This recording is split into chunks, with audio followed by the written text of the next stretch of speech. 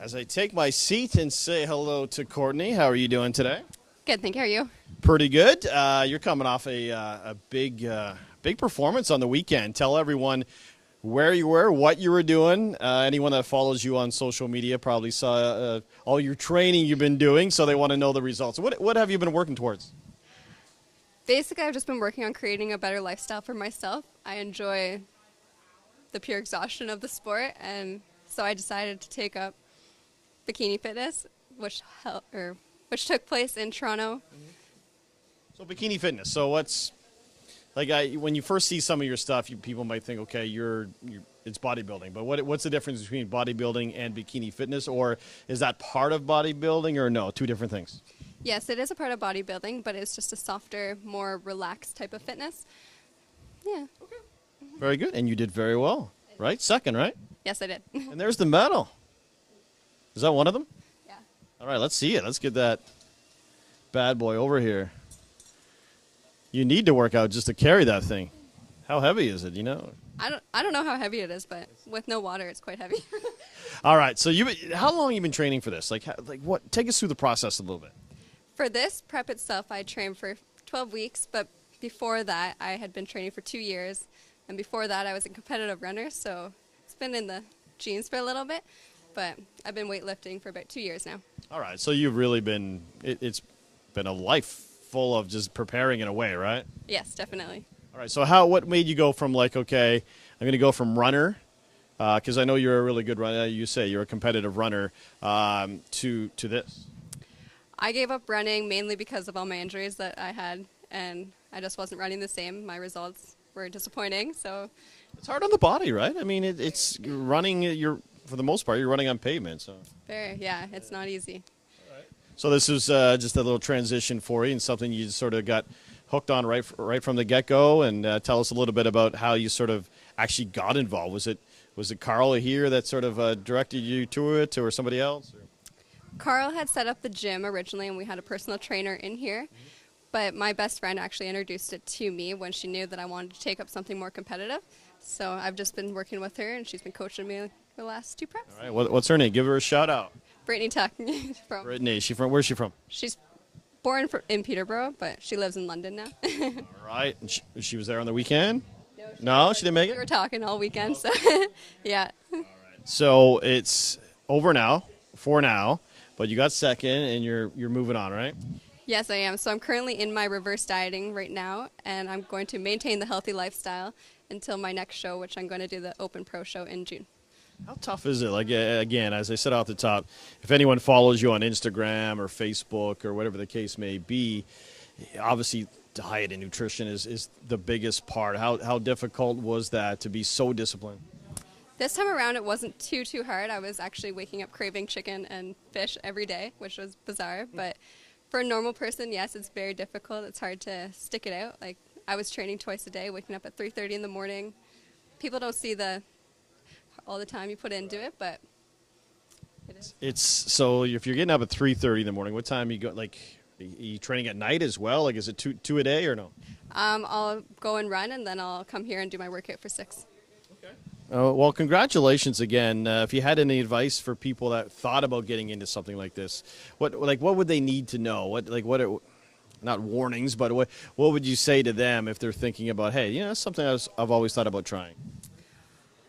Honestly, if they have it in them to put out all the discipline, I am all for it. But if you're not willing to follow a diet, you're not willing to do the cardio, you're not willing to train your heart out, you're better just to kind of sticking to the gym. The show is a complete lifestyle, so if you're not there, then it's a lot of work mentally and physically. Yeah.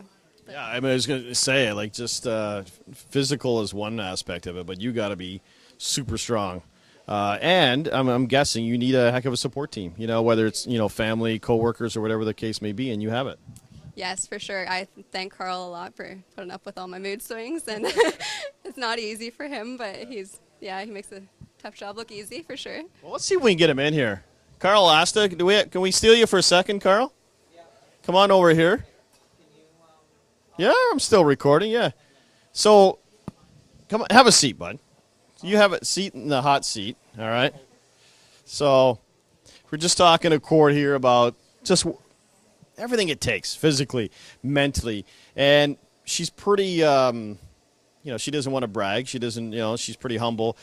You can talk a little bit about what she put into all this, how much hard work that she put in and her support staff put in. Yeah, it's a type of thing I think you're either born with it or you're not. She showed all the qualities of a champion. I mean, you gotta give it your all, and you gotta give everything up that you should be doing at that age. It's a lifestyle, right? It's not a diet. It's everything that goes into your body.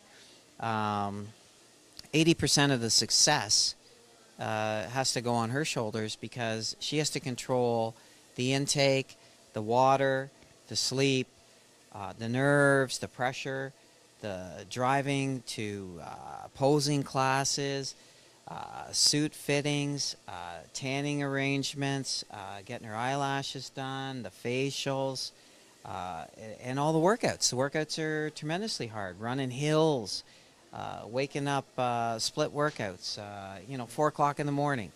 I'm getting tired just listening to all this. I'm exhausted. Oh yeah, but it's for real. I mean, it's a total dedication, but you do that at that stage of your life because you can do it all. You don't have anybody else that you have to, basically cook for or drive to hockey or, you know what I mean? It's that part of your life. But there's very few. I mean, I've seen them come down the pipe and they all fall off the wagon. And no offense to the ladies, but it's a tough grind, and you either got it in you or you don't. And you have it. Congratulations again. Second, and again, just a reminder, next competition. Oh, the OPA, well, I guess it's CPA now, but the Toronto Pro Show in June. In June, all right. And you'll be working hard.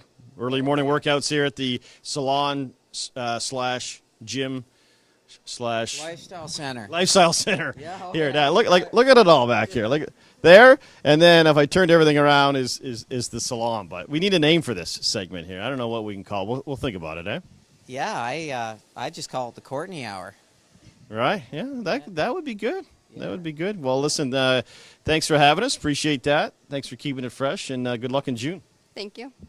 And Courtney, everyone. Carl. Yeah, and one last word. We're open to the public. I mean, it's just ladies only. 6:30 a.m. Monday to Friday. Mm-hmm. Anybody wants to join us, just look us up on Instagram, Facebook, or text us. Phone the salon. We'd be happy to have you. And if you're a little, I'm going to say, hurting the next day after your first workout, they have a massage therapist here now on Fridays, yes. Right? So it's one-stop shopping. Yes, Whitney. Yes, awesome. And if not, Robbie Hart will look after you in some shape or form. Thanks for watching, everyone. Ciao for now.